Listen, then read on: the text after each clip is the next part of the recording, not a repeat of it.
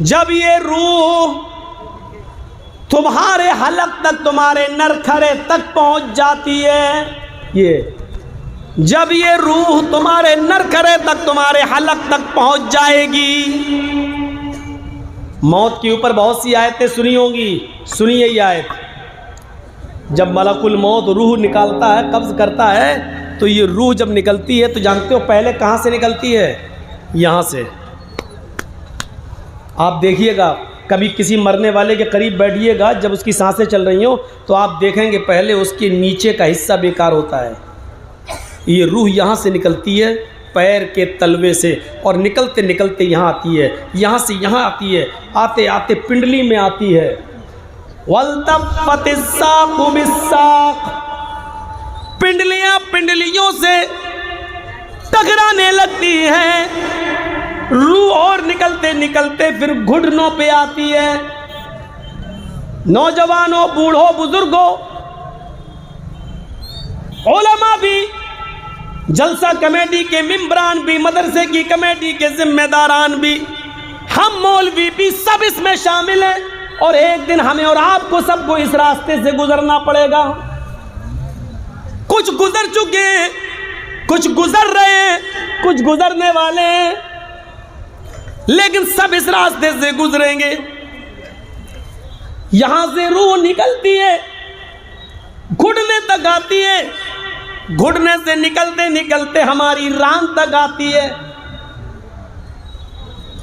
घुटने से नीचे का हिस्सा बेकार, कमर तक पहुंचती है, कमर से नीचे का हिस्सा काम करना बंद कर देता है।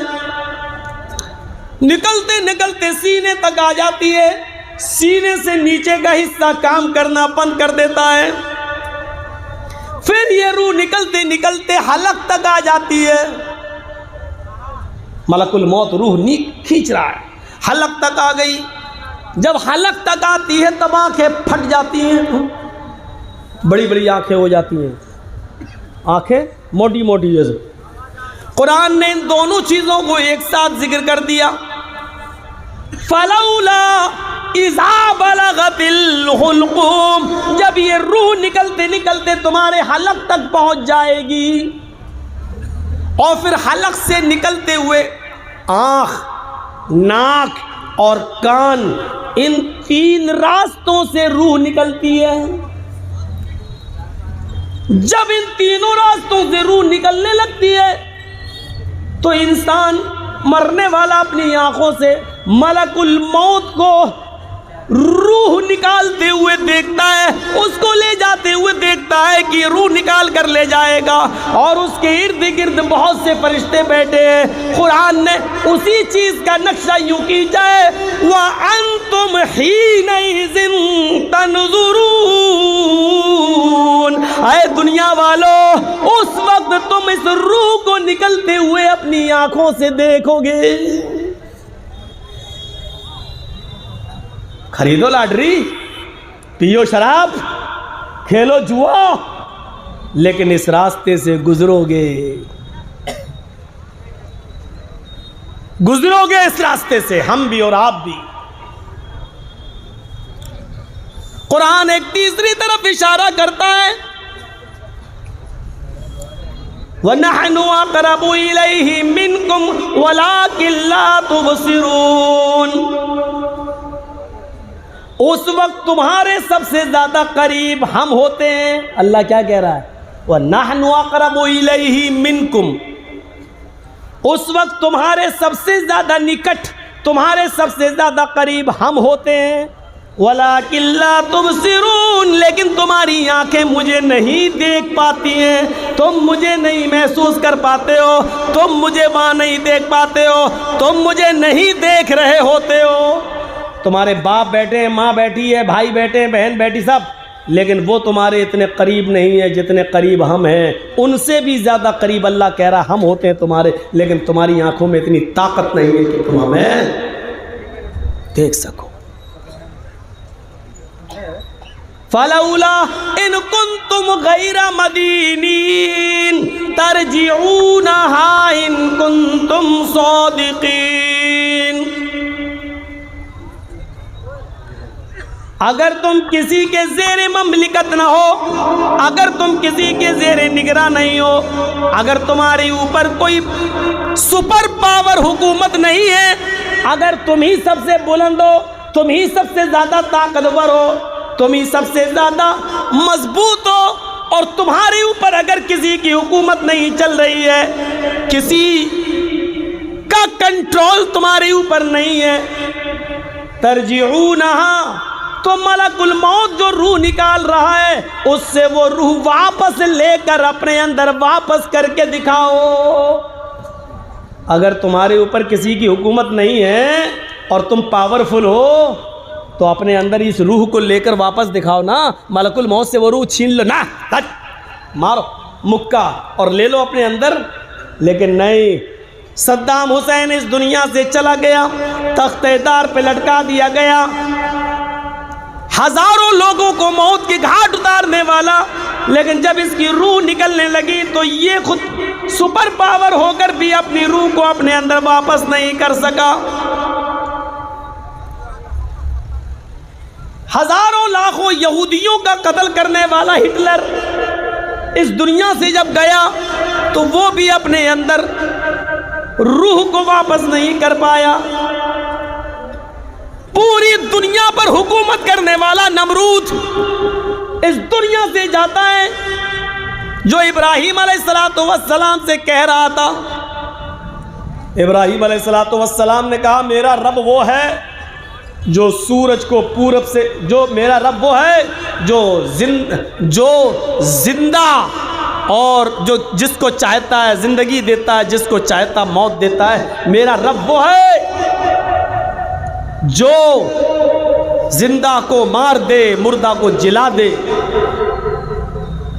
तो नमरूद ने क्या कहा था, अरे ये तो मैं भी कर सकता हूं, यानी अपने आप को सुपर पावर बनाने के लिए। क्या अरे इब्राहिम, ये तो काम मैं भी कर सकता हूं। देखो, उसने एक आज़ाद आदमी को पकड़ा और अपने उसको हुक्म दिया कि इसको कत्ल कर दो। एक जिंदा आदमी था, उसको कत्ल करवा दिया, मार दिया। देखो इब्राहिम, मैंने भी एक जिंदा को कत्ल कर दिया। और एक आदमी को मौत की सज़ा हो चुकी थी, सुनाई जा चुकी थी, उसको कत्ल करना था। कहा देखो इसको मौत की सज़ा हो चुकी है, ये आज नहीं तो कल मरेगा, जाओ मैंने इसको बख्श दिया, छोड़ दिया, अब मौत की सज़ा इसकी ख़त्म कर दी। देखो एक मुर्दा को मैंने जिंदा भी कर दिया। बादशाहों की खोपड़ी ज़रा घटिया होती है, और यही हाल नमरूद का भी था। तो इब्राहीम अलैहिस्सलाम समझ गए इसकी मोटी खोपड़ी है, मोटी अकल है, ये ऐसे नहीं समझेगा। तो हज़रत इब्राहीम ने उसके सामने दूसरी मिसाल पेश कर दी। और दूसरी मिसाल क्या पेश की, आए नमरूद, तूने कहा कि मैं मुर्दा को जला सकता हूँ, जिंदे को मुर्दा कर सकता हूँ, ठीक है, लेकिन मेरा रब तो वो है जो सूरज को पूरब से निकालता है और पश्चिम में डुबोता है। अगर तू रब है तो पश्चिम से निकाल के दिखा और पूरब में डुबो दे। निकाल पश्चिम से, रह गया हक्का बक्का। सवाल करने वाला आदमी होना चाहिए ना। बड़े से बड़े बादशाहों का भी दिमाग घूम जाएगा, क्योंकि हुक्मरानों की खोपड़ियाँ थोड़ी मोटी होती हैं। वो दौलत के नशे में ना सवाल समझ पाते हैं, ना उनके पास सही जवाब आता है। और उन लोगों की भी खोपड़ियाँ खराब हो जाती हैं जो हुक्मरानों की दौलत पर दुष्प्रचार करते हैं और उल्टा सीधा प्रचार करते हैं। उनको भी सिर्फ हुक्मरानों की तरफ से डाली हुई हड्डियाँ दिखाई देती हैं, बस उसका टेस्ट आना चाहिए और कुछ नहीं। तो मेरे भाइयों, वो नमरूद जिसने पूरी दुनिया पर हुकूमत की, अल्लाह कहता है कि अगर तुम्हारे ऊपर किसी सुपर पावर की हुकूमत नहीं है, अगर तुम्हारे ऊपर कोई ताकत काम नहीं कर रही है, तो फिर तुम खुद ताकतवर हो। और जब तुम खुद ताकतवर हो तो मलकुल मौत से वो रूह छीन कर अपने अंदर वापस क्यों नहीं ले लेते। अगर तुम सच्चे हो तो कुरान की आयत बता रही है कि हर एक इंसान को इस दुनिया से जाना है, हर एक को गुजरना है, और जिसकी भी रूह निकलेगी वो अपनी आंखें फाड़ेगा, और जब आंखें फटेंगी तो हर मरने वाला अपनी आंखों के सामने देखेगा, अपनी इस दुनिया में देख लेगा कि मेरी रूह निकल रही है और मलकुल मौत मेरी रूह खींच चुका है और ये मेरी रूह को लेकर जाएगा। जब मलकुल मौत रूह खींच रहा होता है तो मरने वाला आंखें फाड़ कर मलकुल मौत को रूह खींचते हुए अपनी आंखों से देख रहा होता है। ये है मौत का एक मंजर जो हर किसी को मरना है, जाना इस दुनिया से। कुल्लु नफ्सिन ज़ाइक़तुल मौत व इन्नमा तुवफ़्फ़ौना उजूरकुम यौमल क़ियामह। हर नफ्स को मौत का मज़ा चखना है, और दुनिया में तुमने जो कुछ भी अमल की है उसको तुम अपनी आंखों से देख लोगे।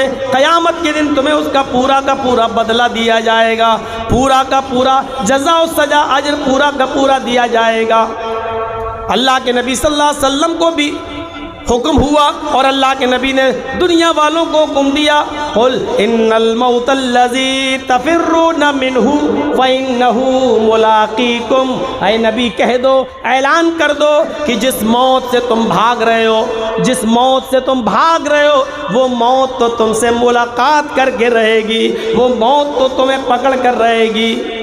मौत हर हाल में आएगी, मुलाकात करेगी। अल्लाह ने क्या कहा? मुलाकात करेगी। मुलाकात जानते हो किसको कहते हैं?